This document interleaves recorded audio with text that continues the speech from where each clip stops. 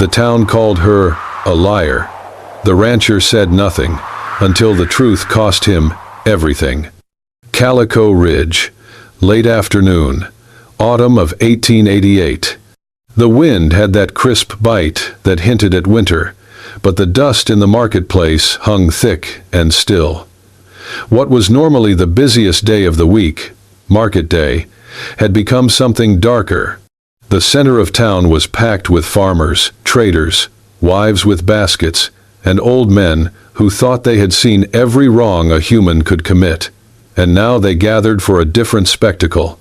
In the center of the square stood Elsie Ray Holloway, her wrists tied tightly behind her back, ankles secured in iron shackles. Her dark hair was tangled and soiled, her once clean dress faded and stained from travel.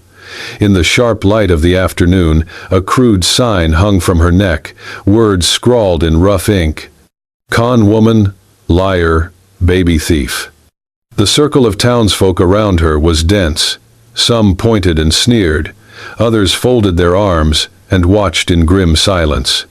A few older women murmured prayers under their breath, though their eyes held judgment more than mercy. A stout woman in a faded bonnet flicked the rind of an apple at Elsie's feet and snarled, "You'd steal a newborn from its own kin? What sort of creature are you?" The din of voices rose, rumors of a vanished family, the Montroses, wealthy landowners who had simply disappeared weeks before, had spread like wildfire through Calico Ridge. Then, locals had stumbled upon a newborn child in a lonely shack by the creek, with Elsie found inside, tending to her as though she were the child's own mother. It seemed a benevolent act at first, but when Elsie failed to produce any witness or document beyond her own word, suspicion wrapped itself around her like iron bands. She claimed the Montroses had entrusted their child to her. She said they gave her a letter, a document granting temporary guardianship. No one in that square had seen that letter. And in a place where land, legacy, and lineage counted for everything, the simplest explanation became the most damning. She had fabricated the story to seize the child and claim the Montrose estate. Elsie stood there without outcry or protest. She did not beg, she did not wail, she did not shout that she was innocent. She simply looked ahead, her face pale but composed. That silence made some believe she was guilty. An innocent woman would fight, they said. An innocent woman would scream. At the edge of the crowd stood Jonas Vance, 32 years old, lean from years on the Blackstone Ranch, boots still streaked with morning mud. He stood with his hands in his coat pockets, not speaking, not condemning. His expression was unreadable in the harsh light. He was the only man there who had seen a different side of Elsie, late one stormy night 6 weeks earlier, when she came to his door, soaked and desperate, holding a crumpled piece of paper and begging him to read it. He remembered the letter clearly, now folded and hidden in his private chest back at the ranch. He was the only witness who could corroborate her story, but to produce it would mean revealing more than her innocence. The letter spoke of fear and haste.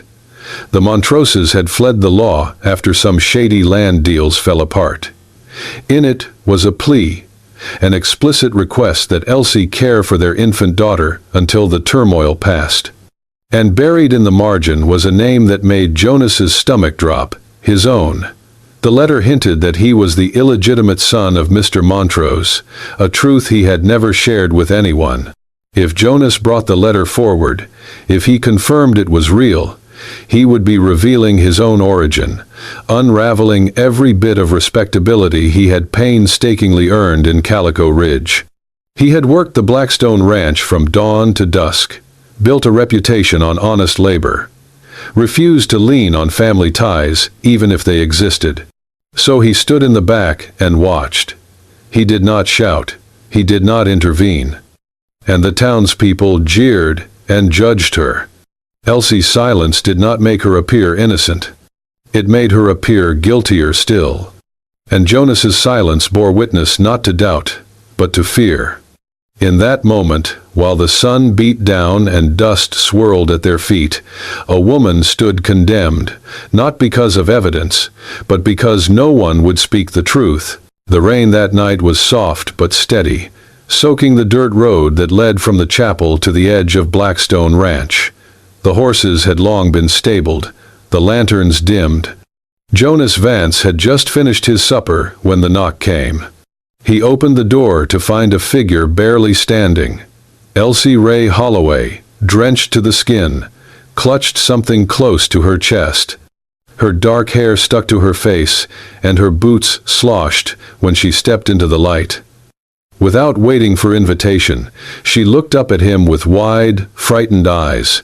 "They told me to trust you," she whispered. "They wrote it in the letter, and they left the baby with me." She handed him the bundle she carried. It was a child, no older than a few weeks, silent, warm, asleep. Jonas blinked, but before he could say a word, she reached into her coat and brought out a folded letter, soggy with rain. The paper trembled in her hand. She passed it to him with quiet urgency. He took it and stepped inside. The fire crackled low in the hearth. Jonas crouched near it, trying to warm and dry the letter without tearing it. The ink had run in places, but the signature at the bottom remained legible, Eleanor Montrose. He read the letter in silence. Eleanor's words were hurried but clear. She wrote that her family had been forced to flee Calico Ridge to escape the impending investigation into their land deals. She expressed her gratitude to Elsie, entrusting her with the care of their newborn daughter. And, in the final lines, Eleanor revealed something Jonas had never spoken aloud, that he was the illegitimate son of Everett Montrose, a truth buried deep beneath the town's polite fictions. Jonas's jaw tightened. His fingers curled around the letter. He looked up at Elsie, who stood there soaked and waiting. Her face was calm, but her eyes begged him to believe her, to do something. But Jonas didn't move. He said nothing. He asked her to wait outside for a moment and return to the room alone. From a drawer, he pulled a second letter, the duplicate Elsie had brought as a precaution, and stared at it. Then, wordlessly, he struck a match and burned it. The flames licked at the edges, curling the paper into blackened scraps before it disappeared into ash. He kept the original, tucking it away in a wooden box under lock and key, not for safekeeping, not for justice, but for fear. "I can't let this come out," he whispered to himself. "If the town finds out I'm a Montrose bastard, they'll take everything, my land, my name." He told himself he was preserving order, that if the Montroses returned, the truth would sort itself out, that it wasn't his responsibility to fix what someone else had broken.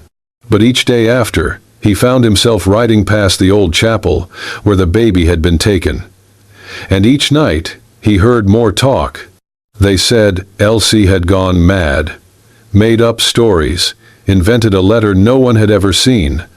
They said she'd been stripped of her shoes and locked without food. They said she hadn't shed a single tear. Jonas said nothing, but he remembered the rain, the trust in her voice, the way she looked at him like he was the last honest man left.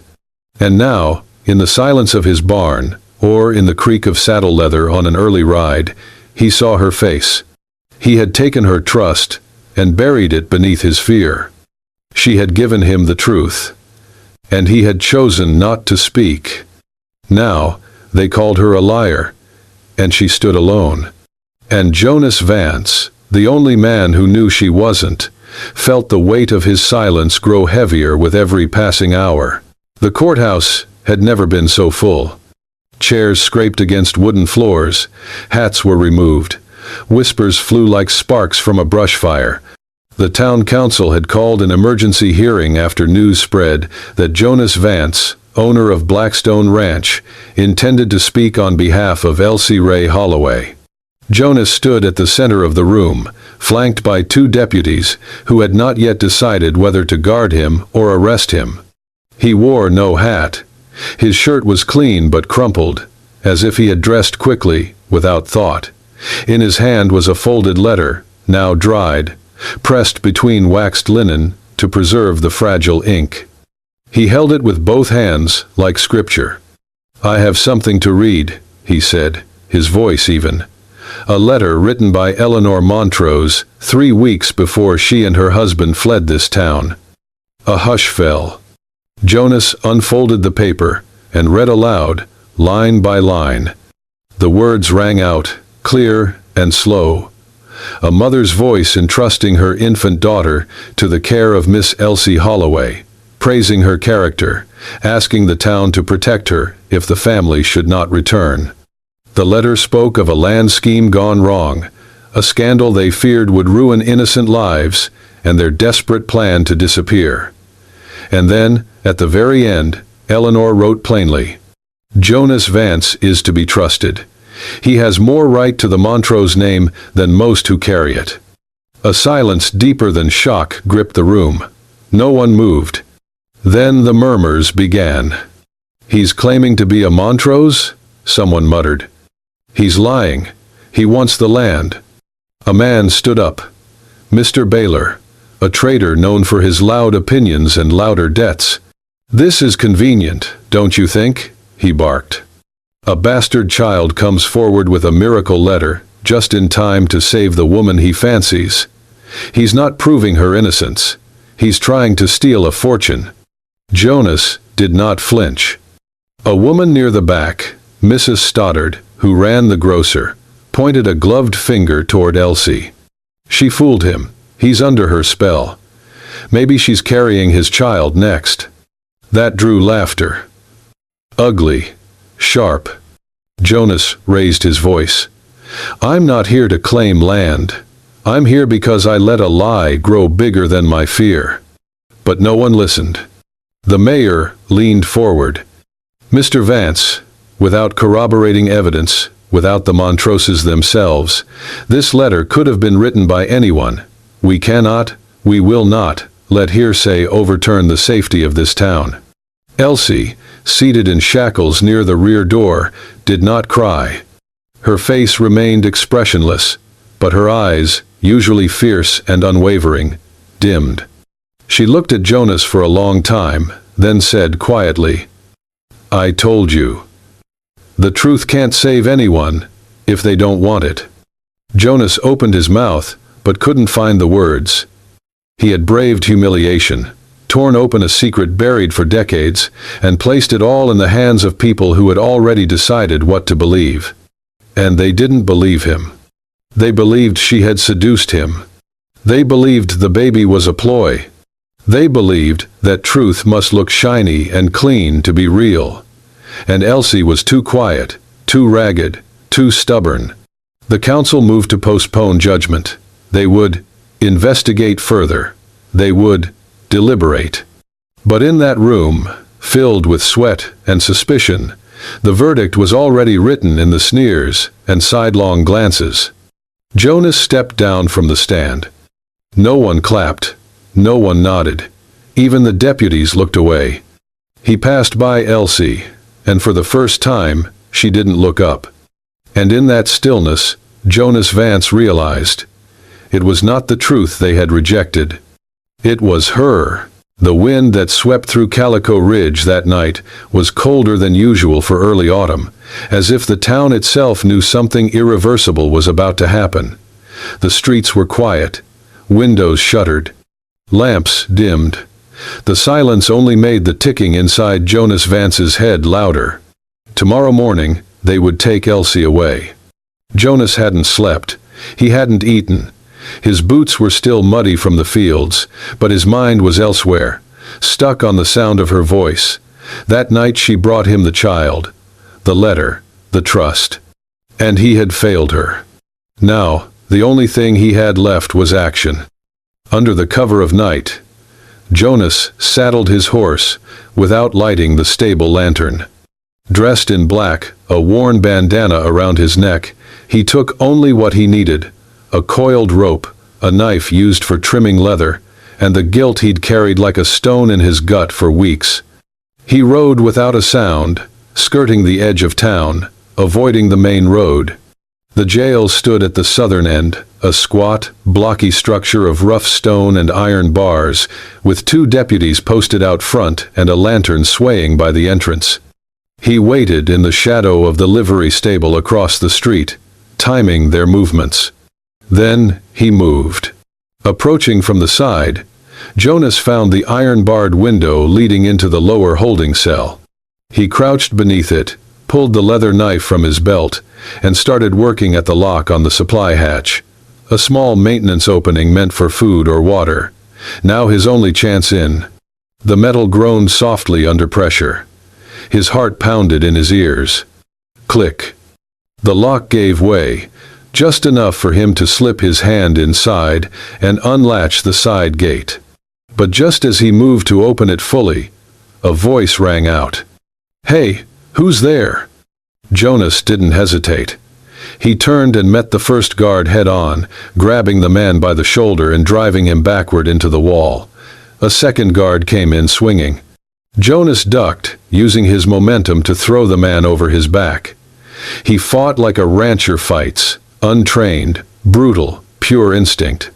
Years of breaking wild horses, hauling sacks of grain, and wrangling cattle had built him into a man who could endure.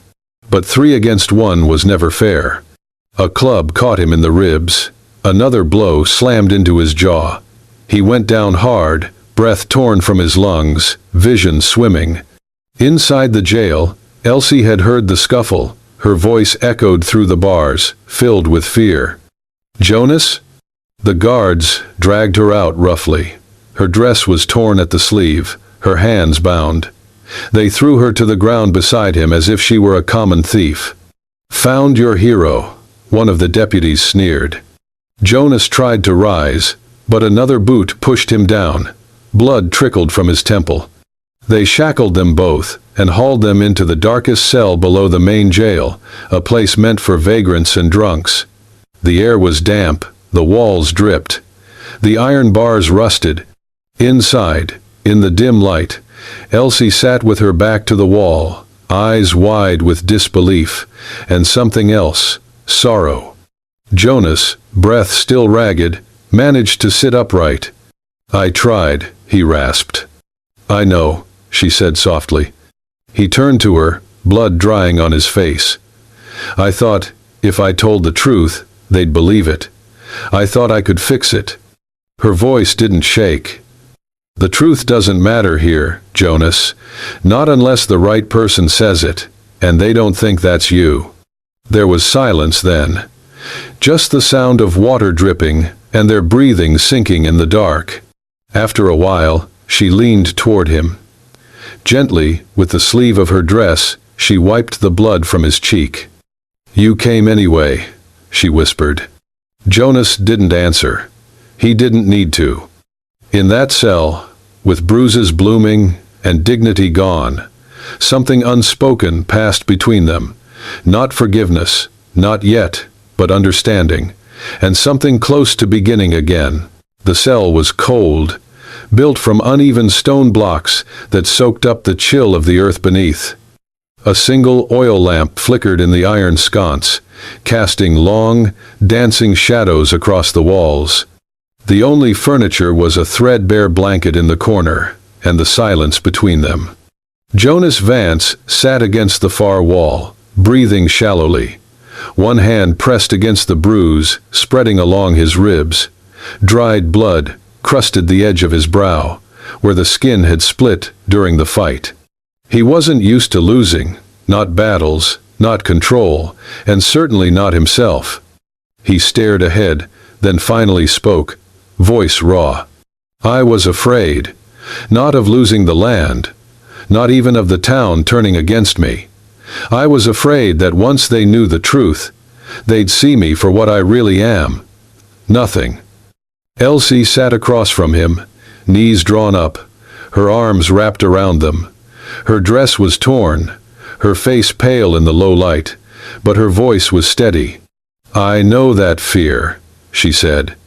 "But do you want to know what hurt the most? It wasn't being accused or humiliated or locked in here. She looked straight at him, eyes unwavering. It was being abandoned by the one person I believed would stand up. Jonas closed his eyes. Shame burned deeper than the bruises. I read that letter a dozen times, he murmured. I nearly burned it the night you gave it to me. Then I kept it. I kept it because I thought maybe it would remind me not to be a coward. But all it did was remind me I already was. The silence returned, heavy, until Elsie's voice broke it, quiet, but unwavering. I forgive you, Jonas. He looked up sharply, surprised. But, she added, I don't forgive the man who stayed silent while truth begged for air. Jonas didn't answer. What could he say? She was right. Elsie shifted, then reached into the torn pocket of her dress and pulled out something small, a frayed ribbon, pale blue, still faintly scented of lavender. Without a word, she crawled closer and gently lifted the hair from his forehead. With slow, careful hands, she tied the ribbon around the cut, her fingers brushing his skin like a whisper.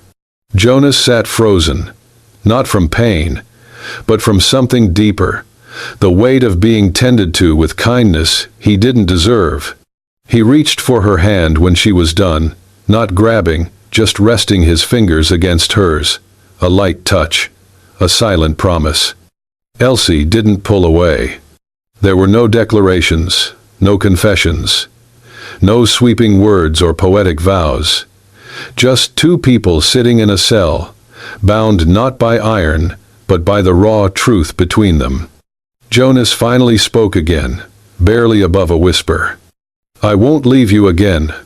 And though she didn't reply, the way she leaned her head against the stone wall beside his, just close enough to feel his warmth, was all the answer he needed.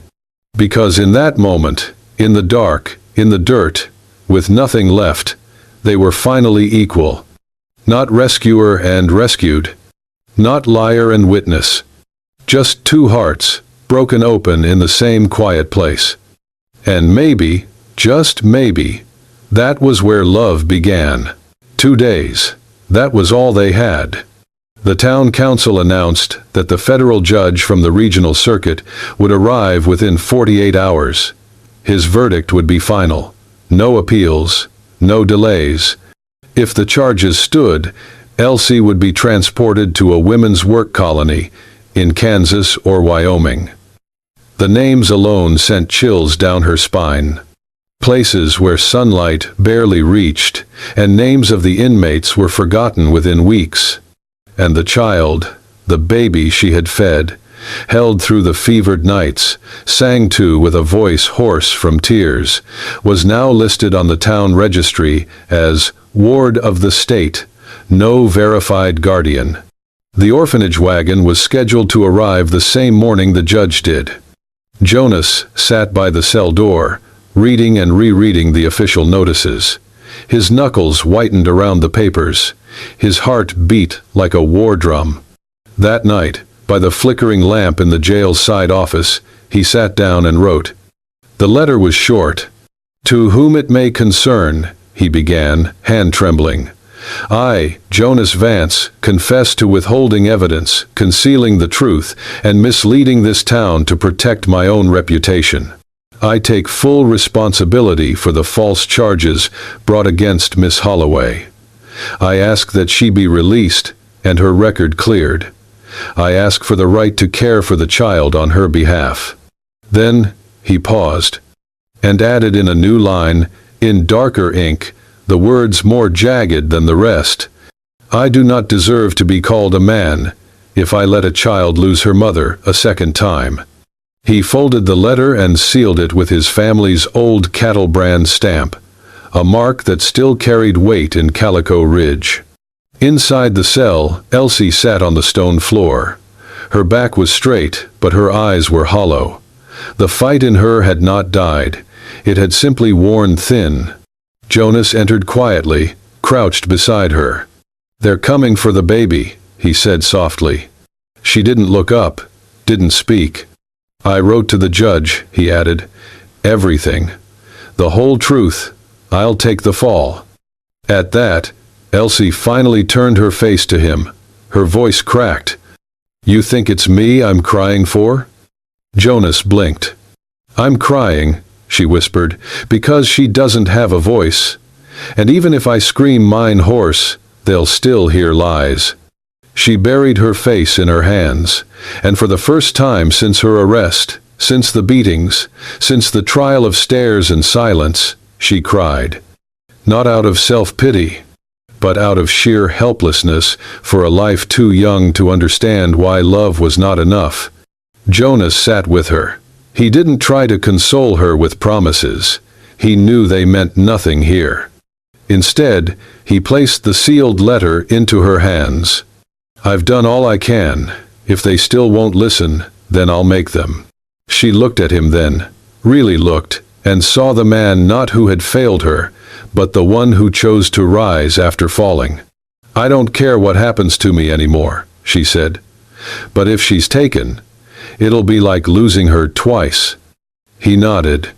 And in the silence between them, something unspoken bound them tighter than any cell wall ever could. They were not waiting for a miracle anymore. They were becoming it. It was barely dawn when the unexpected arrived. A creaking carriage, weather-worn and coated in prairie dust, rolled into the center of Calico Ridge. The townsfolk, already gathering outside the courthouse for the final hearing, turned their heads as the horses halted. 3 figures stepped out. Henry Montrose, Lillian Montrose, and a man in a dark suit with a leather briefcase, their lawyer. The Montroses looked like ghosts of themselves, gaunt, pale, eyes hollow from weeks on the run. But there was clarity in their gaze, a decision carved by guilt and the long road home. Henry stepped onto the courthouse steps and raised his voice. "We are here to confess." Silence fell like snowfall. Everyone, council members, the town minister, citizens who had spit on Elsie days before, turned to face the man they once revered. Henry cleared his throat, voice shaking but steady. "We left this town to escape prosecution from the eastern authorities," he said, "for land fraud. I falsified deeds. I knew it was closing in." He looked directly at Jonas, then Elsie. "And in our desperation, we did the unforgivable. We asked Miss Holloway to protect our daughter, to hide her, because she was the only person we trusted, and then we abandoned her. We let her carry our guilt so we could save ourselves." Lillian, standing beside him, began to cry. She stepped down, crossed the square to where Elsie stood behind guards. Without a word, she embraced her. "I am so sorry," she whispered. "I do not deserve your forgiveness. But I beg for it anyway." Elsie, stunned, didn't return the embrace right away. Then, slowly, she placed her hands on Lillian's back, just once, then stepped back. The square was frozen. No cheering, no shouting, just stunned stillness. From somewhere in the crowd, a woman said quietly, "We tied an angel to a pole." The council reconvened briefly. There was nothing to argue. Charges were dropped. The letter Jonas presented was validated. The Montroses signed formal affidavits. The judge's carriage was halted mid-ride. No trial would be needed. Jonas stood nearby. People looked at him now with complex eyes. Not just the rancher anymore. Not just the silent man. The rumor would live on. About who he was, where he came from. Montrose's bastard, they would whisper in saloons. The brand would not fade quickly. But Jonas no longer bowed to it. Elsie, too, did not stand tall in victory. She remained still, composed. No triumph gleamed in her eyes. Only relief. Later, as the crowd began to disperse, she approached the old town minister. Her voice soft, trembling.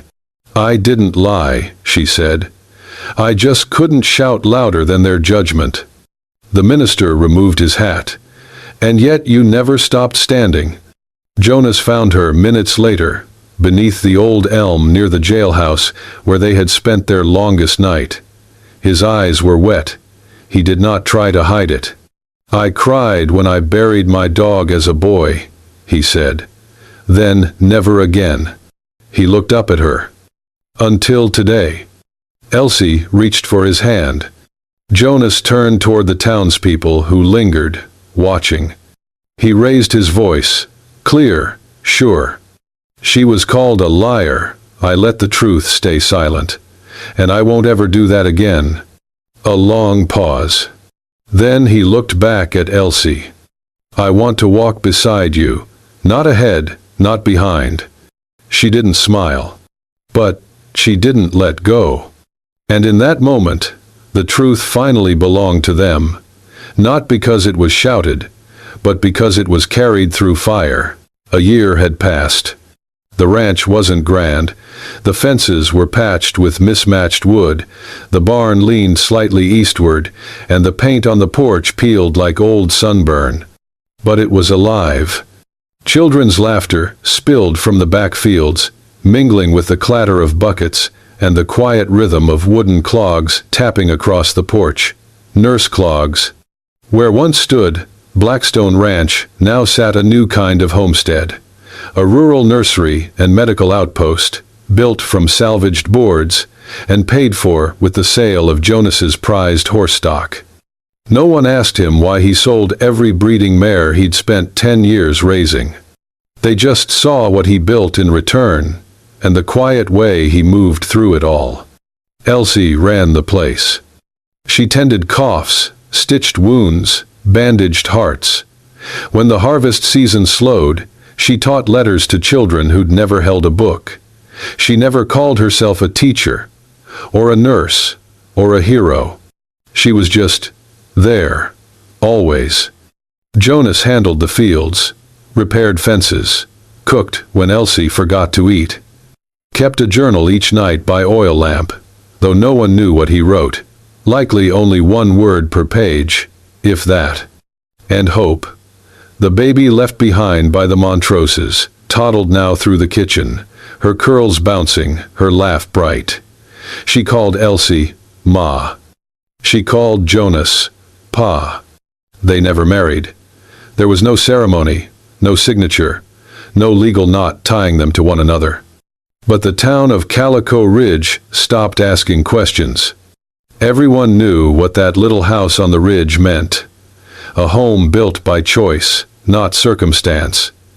By 3 people who stayed when they had every reason to run.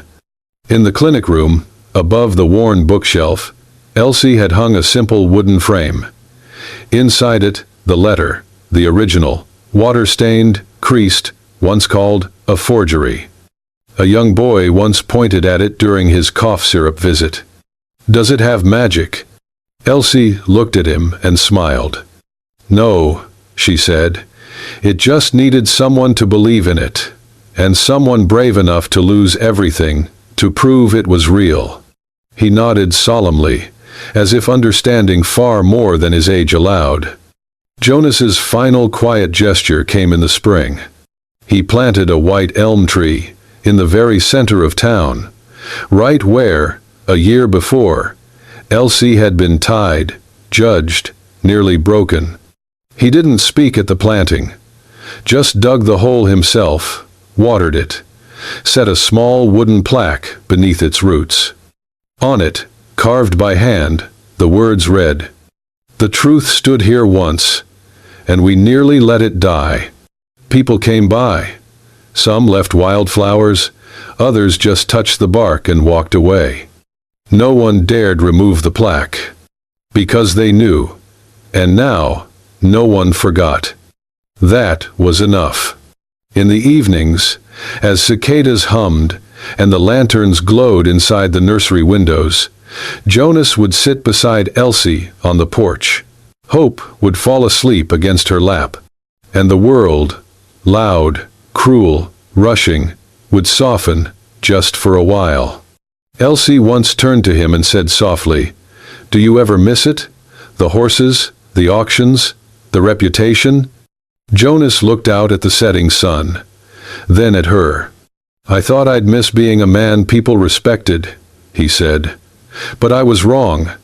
I missed being a man worth respecting." She nodded. Nothing more needed saying.